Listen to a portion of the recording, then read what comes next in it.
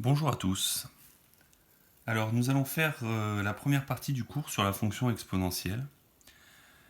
Vous allez noter ce cours dans votre cahier de leçons. Allons-y sans perdre de temps. Donc fonction exponentielle.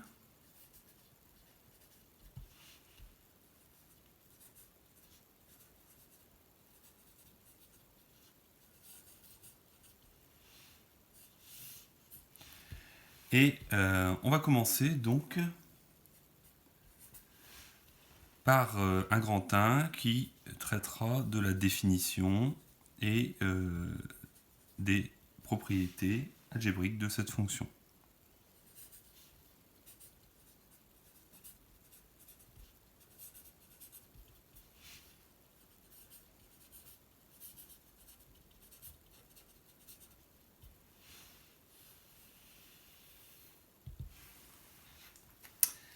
Alors commençons par un théorème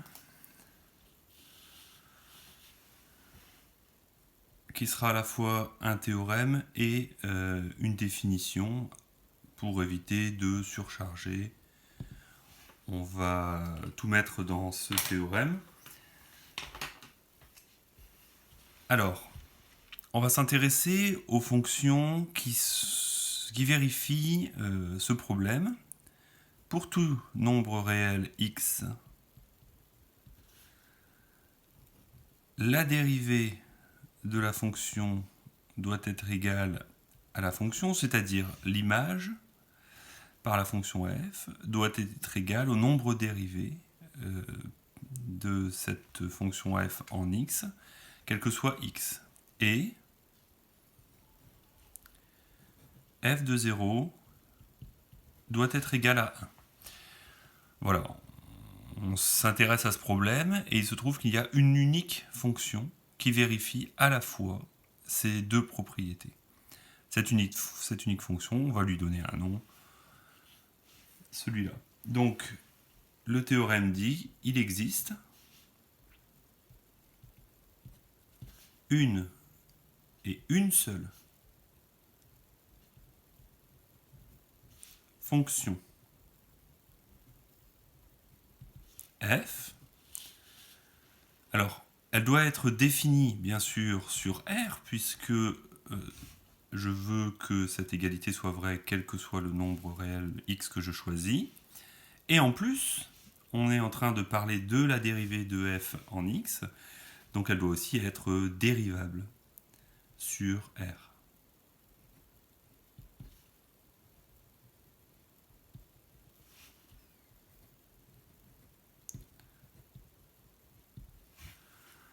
Voilà. Cette fonction, donc cette seule et unique fonction,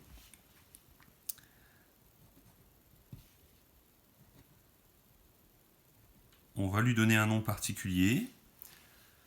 Alors, c'est pas une fonction qu'on connaît déjà. On aurait pu essayer là, avec cette égalité, de chercher à la satisfaire avec une fonction qu'on connaît déjà. Par exemple, une fonction du type constante. Alors la dérivée de la fonction constante égale à c, c'est la fonction nulle. Et bien sûr, pour tout x,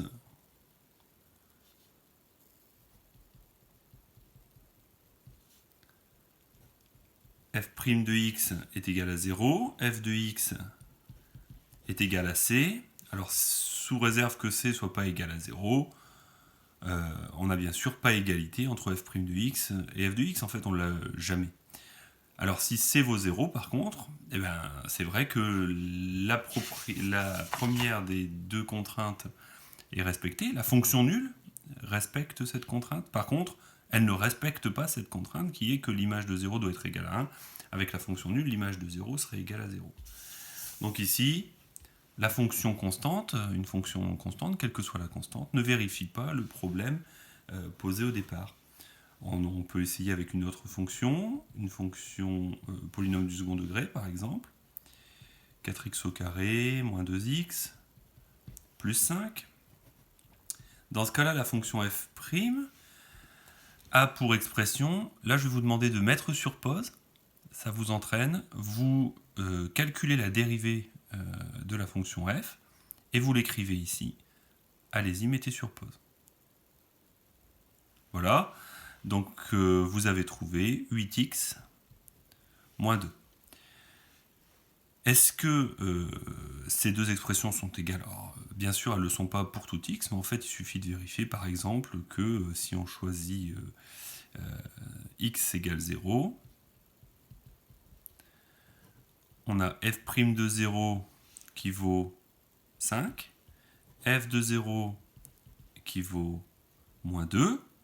On a trouvé un x tel que f' de x soit différent de f de x, donc la fonction f n'est pas non plus une fonction qui répond à ce problème. Et vous pourriez essayer avec des tas d'autres fonctions que vous connaissez, vous n'y arriveriez pas. Pourtant, on arrive à démontrer qu'il existe une et une seule fonction qui vérifie ce problème dans son intégralité. C'est une nouvelle fonction. Donc on va lui donner un nom. On va l'appeler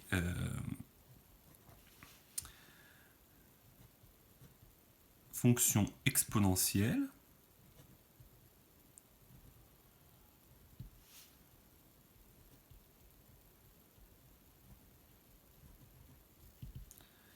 Et on la notera donc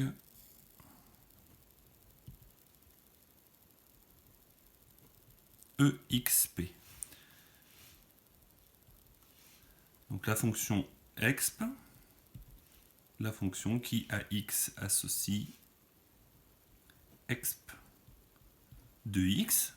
C'est une fonction définie sur R. A priori, ces images sont de nombres réels. Pour l'instant, c'est ce qu'on peut en dire. Alors, voilà, on a une nouvelle fonction, la fonction exponentielle, et on va donc démontrer l'unicité de cette fonction.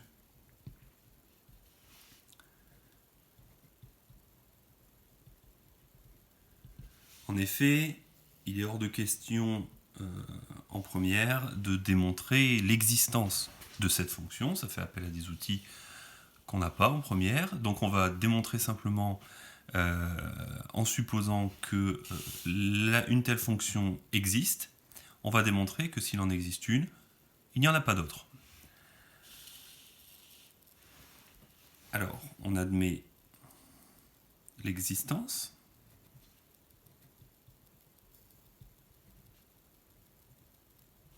Ça, il faut me faire confiance, c'est vrai. C'est démontré, mais pas avec les outils de première. On admet l'existence de f tel que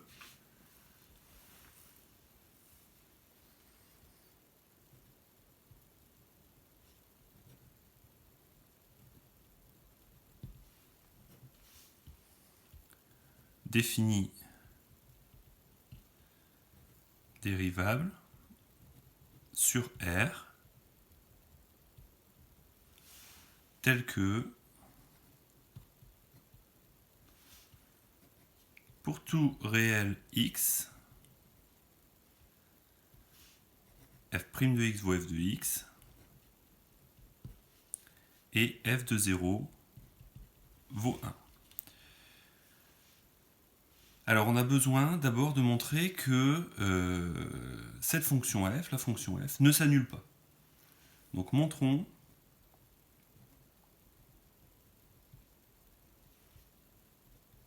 que f ne s'annule pas, c'est-à-dire qu'on ne peut pas trouver un x qui rend f de x égal à 0.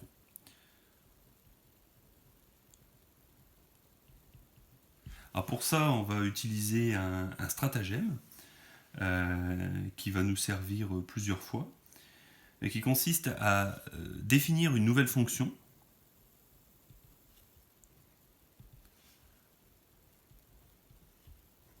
la fonction h qui à x associe f de x fois f de moins x. Je rappelle que la fonction f répond à ce problème. Alors, Dans un premier temps, alors, qu'est-ce qu'on va faire ici? On va dériver la fonction h, montrer que sa dérivée est nulle.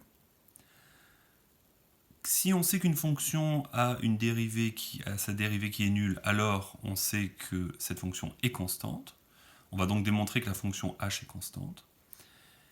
Et une fois qu'on aura montré que cette fonction-là est constante pour tout x, eh bien, il suffira de montrer que la constante en question n'est pas 0 pour montrer que le produit n'est pas nul et que donc f de x n'est jamais égal à 0. Voilà la trame de cette démonstration. Il va falloir quand même qu'on rappelle quelque chose.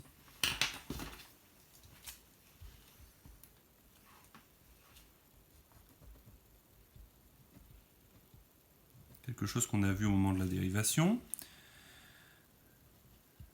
G est dérivable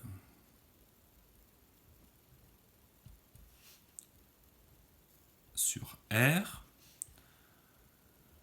Alors, pour toute A, B, pour tout nombre réel A et B, G',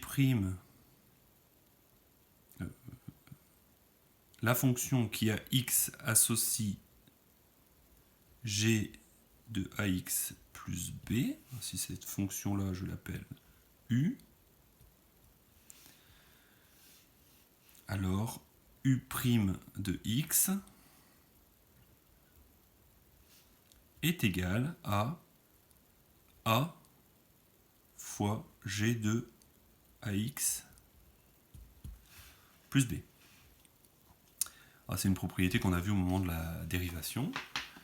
On va s'en servir ici pour dériver la fonction qui a x associe f de moins x. Parce que vous avez remarqué que la fonction h, c'est un produit de deux fonctions. C'est donc une fonction de la forme dite u fois v. Dérivons h.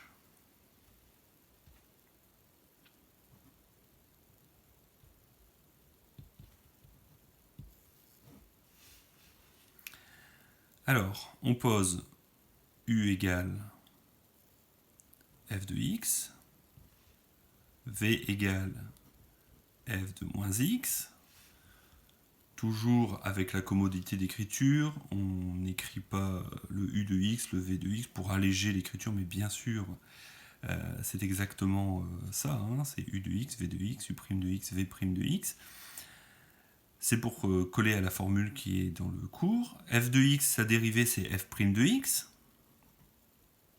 Ah oui, mais f' de x, on sait que c'est égal à f de x. Ça, on y reviendra après.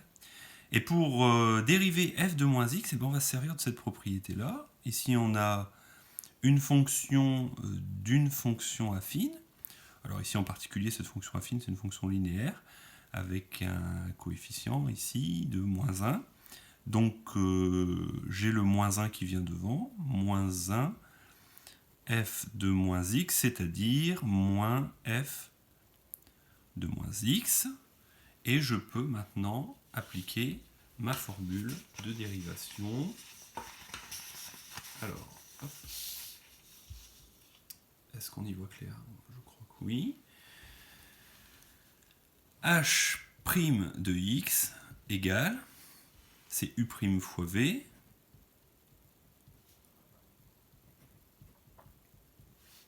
plus u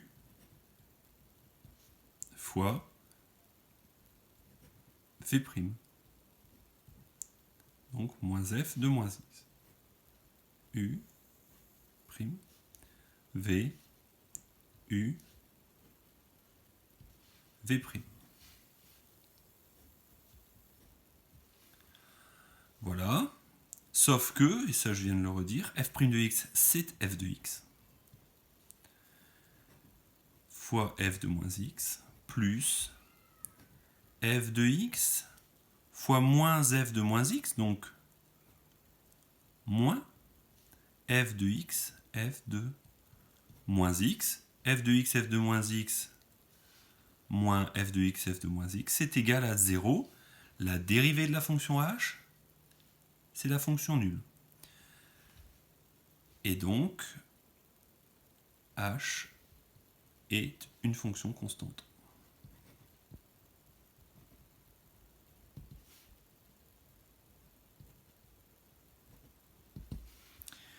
Ok, h est une fonction constante, mais ça peut être encore la fonction nulle. Non, parce que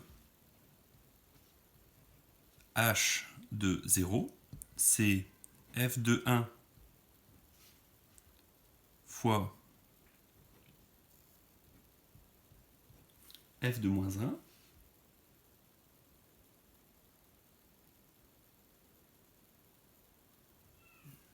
je dis des bêtises, f de 0 fois f de moins 0, bien sûr. Hein, c'est h de 0, donc f de 0 fois f de moins 0.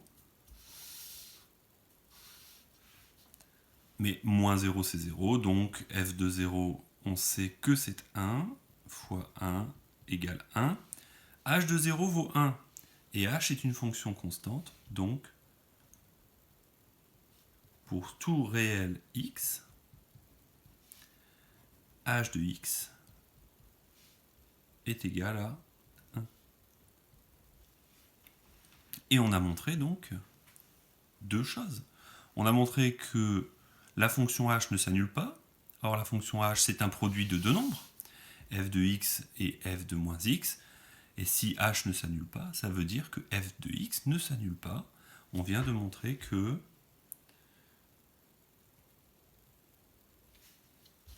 j'écris sans vous le montrer. Donc f ne s'annule pas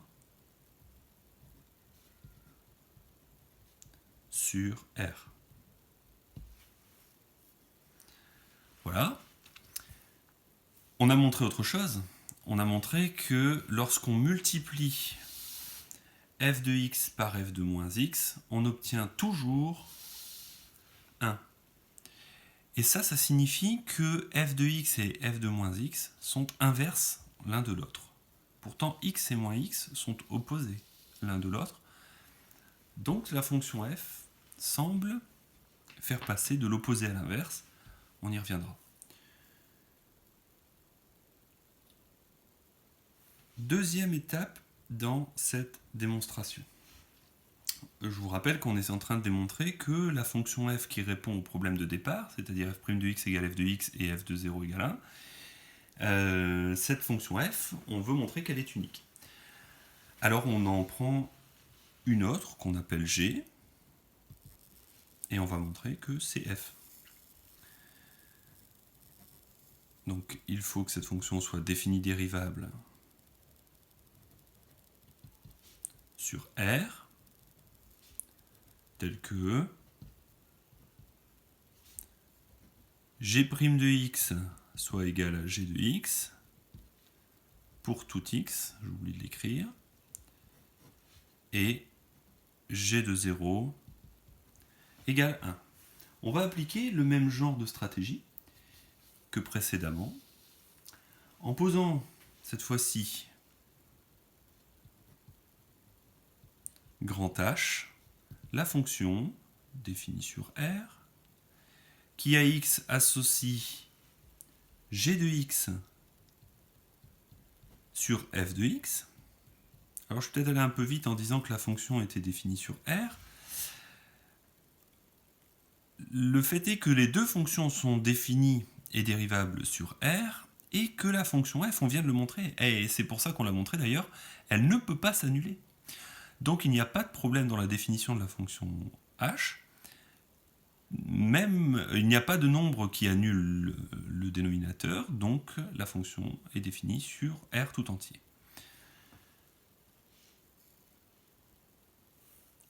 Alors on va faire la même chose que tout à l'heure, on va dériver cette fonction, montrer que la dérivée est nulle, en déduire que la fonction est constante, et ce sera gagné. Soit x, un nombre réel,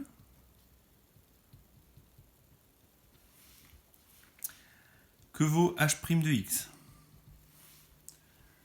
Alors h' de x, ici on est sur une expression de la forme u sur v, avec u qui vaut g de x, v qui vaut f de x, U' vaut G' de x, mais G' de x, c'est G de x.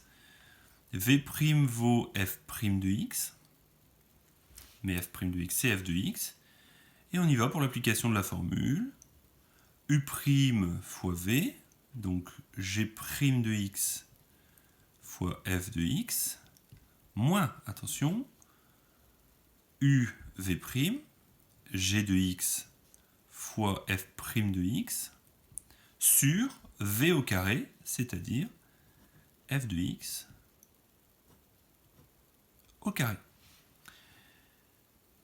Alors, comme tout à l'heure, G' de x étant égal à G de x, on obtient G de x F de x moins G de x F de x, et à la limite, du moment que le dénominateur n'est pas nul, peu importe sa valeur,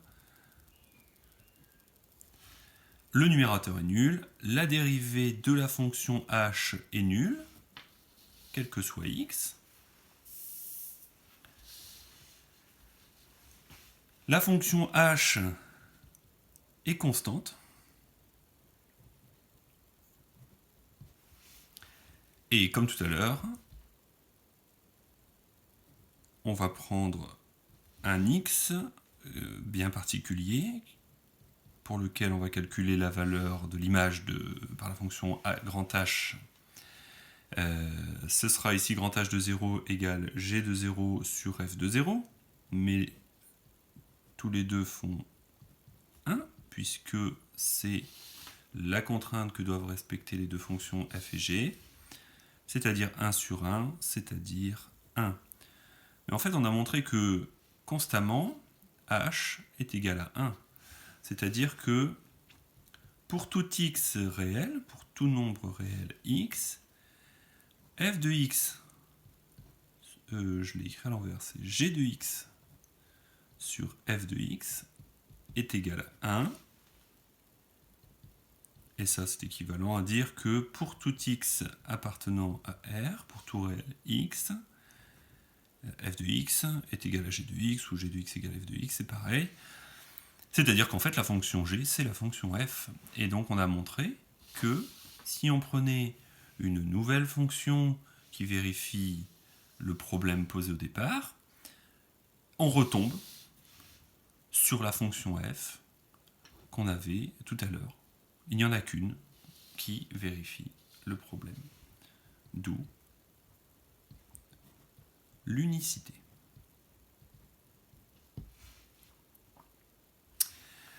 Voilà.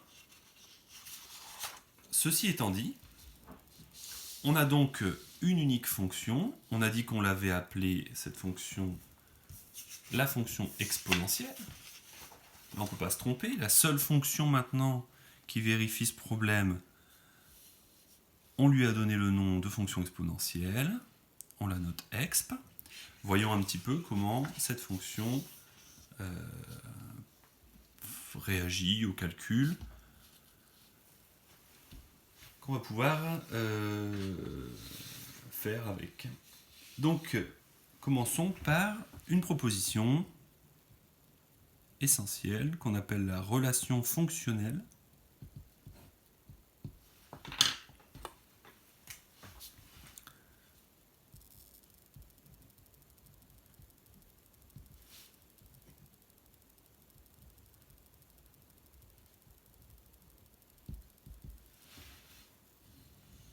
Voilà. Alors, la relation fonctionnelle, c'est pour tout nombre réel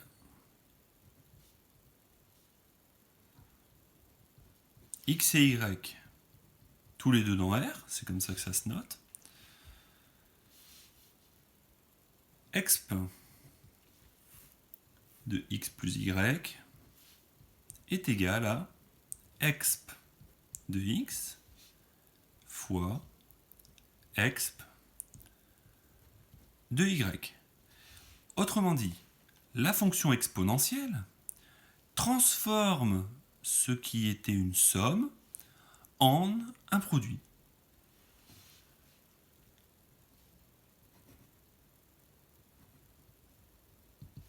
la fonction exponentielle transforme une somme en un produit. Alors, cette égalité, on va pouvoir l'utiliser dans les deux sens. En réalité, on pourra, quand on aura un produit de deux exponentielles, passer à la forme d'écriture plus simple de l'exponentielle d'une somme. C'est bien souvent plutôt comme ça qu'on l'utilise. Donc, deux petits exemples.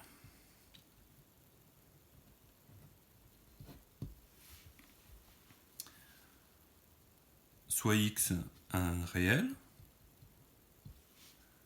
alors exponentielle de x plus 3 est égale à exponentielle... Tiens, bah, mettez sur pause et essayez de l'écrire vous-même en entier.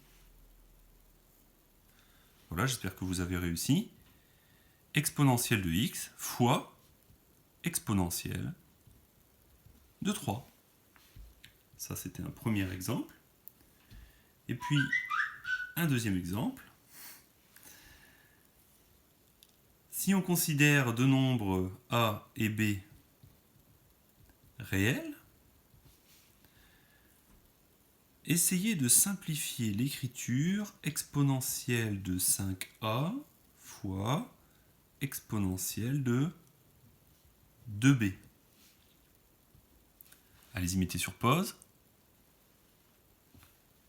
C égale à exponentielle de 5a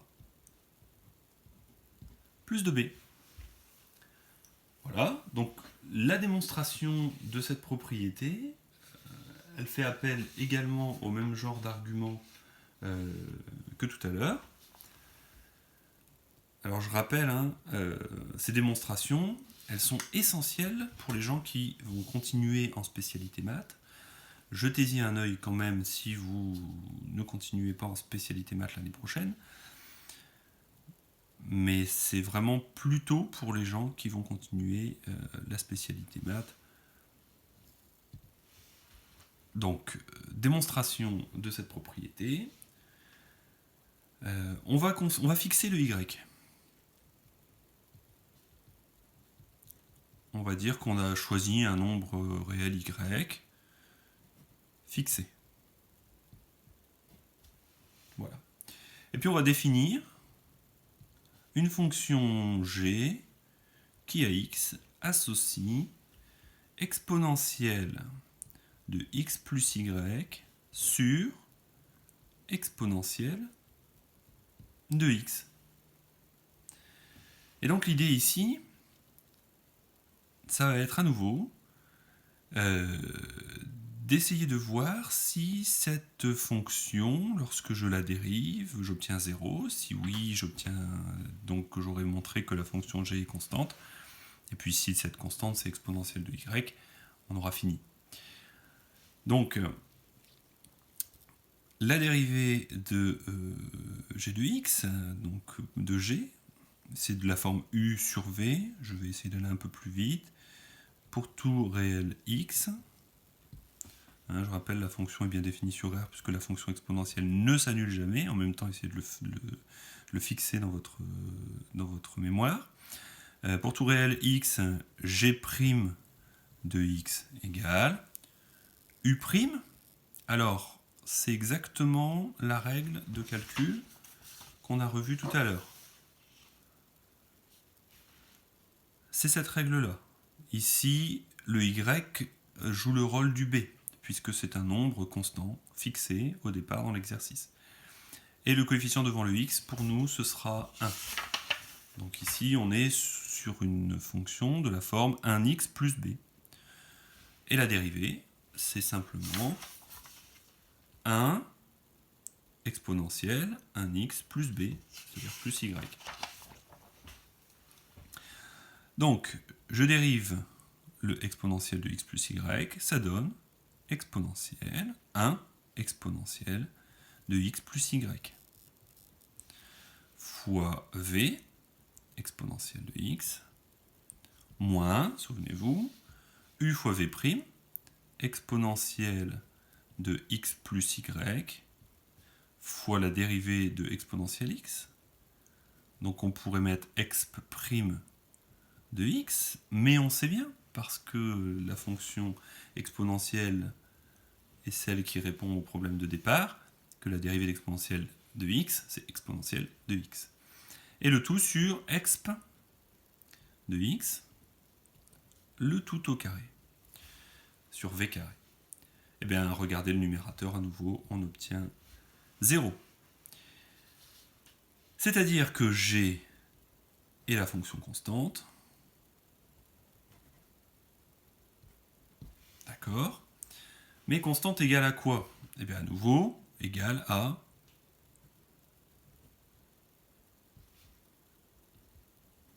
g de 0, ou g de 12, ou g de quoi que ce soit.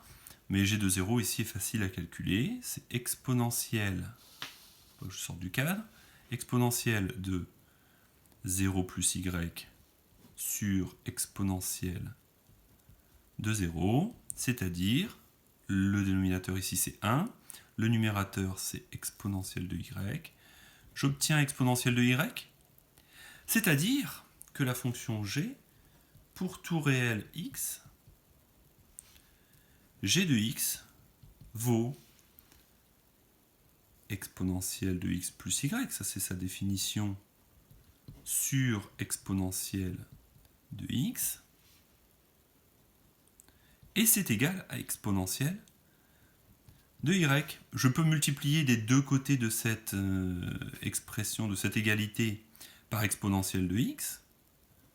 J'obtiens que pour tout x,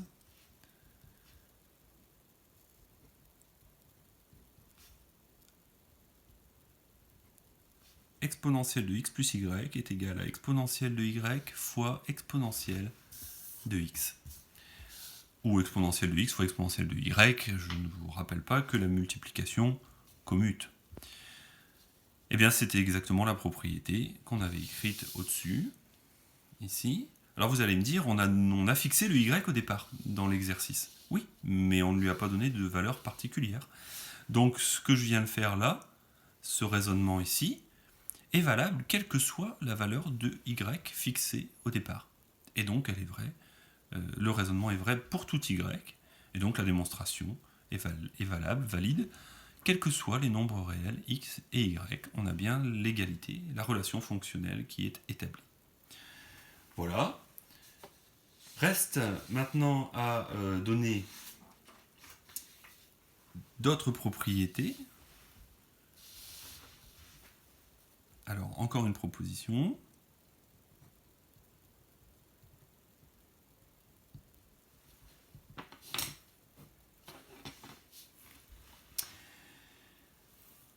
Quels que soient les nombres réels x et y, on a ici exponentielle de x fois exponentielle de moins x égale, je vous laisse réfléchir, mettez sur pause, essayez de compléter, égale 1. On l'a vu tout à l'heure, c'était dans la démonstration de l'unicité de la fonction répondant au problème. Et qu'est-ce qui s'est passé en fait? Ici, l'opposé s'est transformé par la fonction exponentielle en inverse.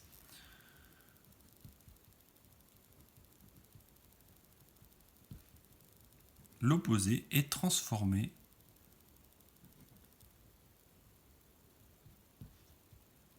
en l'inverse. Ça, c'est une première égalité. Si j'ai défini un y, c'est que j'en ai besoin. Exponentielle de x moins y. Alors, regardez ici, c'est une différence. Quand c'est une somme, ça se transforme, la fonction exponentielle la transforme en un produit. Quand c'est un opposé, la fonction exponentielle transforme en l'inverse. À votre avis, qu'est-ce qui se passe lorsqu'on fait une différence? Je mets sur pause, je vous laisse y réfléchir. Vous mettez sur pause, laissez-vous le temps d'y réfléchir. Dites-moi essayez de deviner ce qu'on peut écrire de l'autre côté. Voilà, donc la fonction exponentielle transforme la différence en quotient.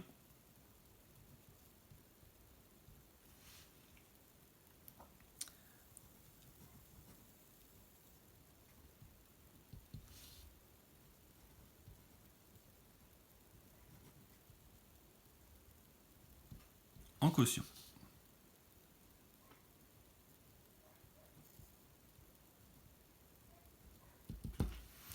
Voilà. Et donc enfin, et on en terminera pour cette longue vidéo que j'espère vous n'aurez pas regardé d'un seul bloc. N'hésitez pas à mettre sur pause, à prendre le temps de bien recopier ça, de bien comprendre toutes les notions. Une dernière proposition, qui va être une proposition qui fait le lien avec les suites géométriques.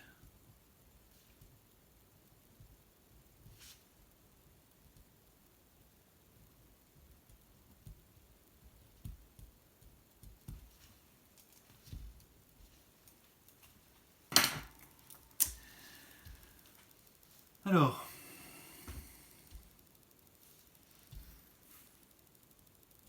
on considère un réel A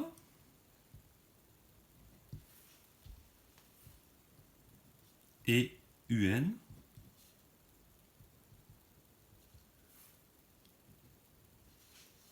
la suite définie de termes généraux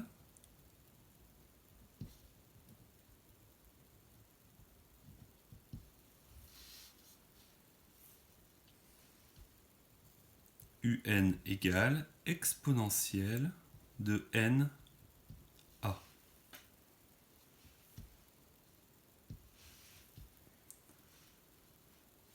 Alors, dans ce cas-là,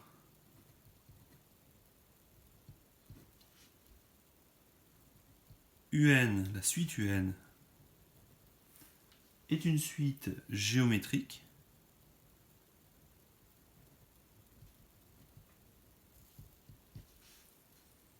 de premier terme U0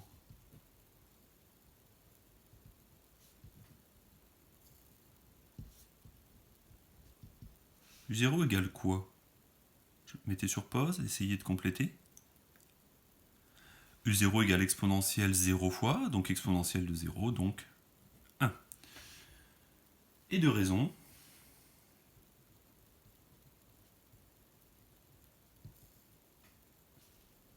exponentielle de A. Alors pourquoi? On va en parler juste après.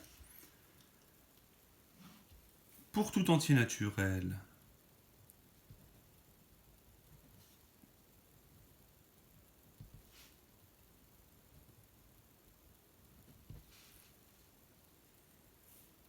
n et tout réel A,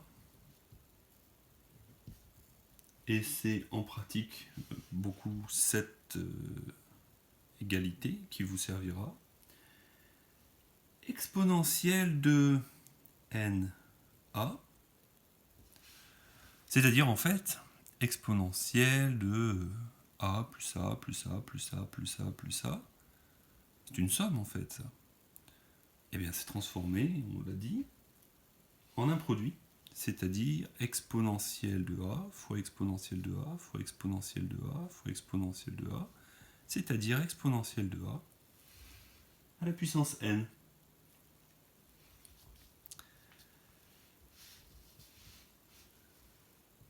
Un petit argument qui ne tient pas lieu de démonstration, mais pour se convaincre.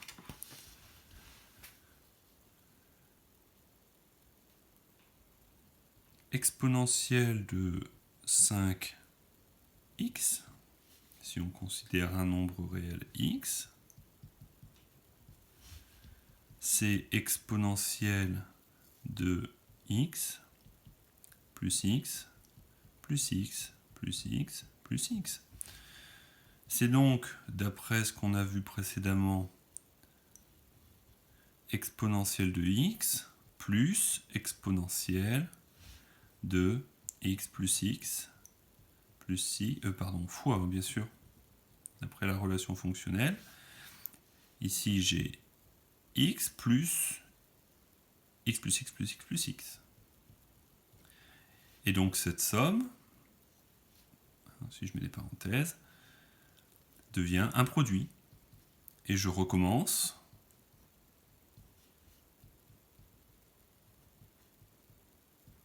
Avec cette somme de x plus 3x en fait.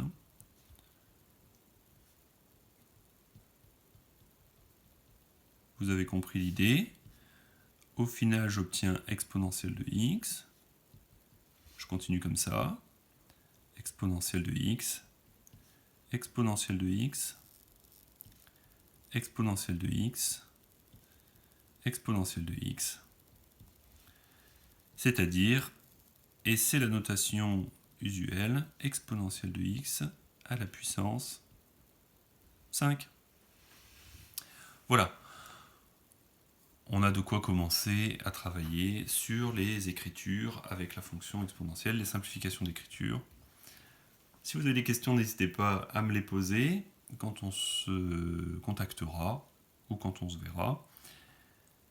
Voilà, j'espère que cette vidéo n'a pas été trop longue. N'hésitez pas à me faire des retours sur votre impression, sur vos difficultés, pour que je puisse améliorer à l'avenir peut-être ce type de contenu.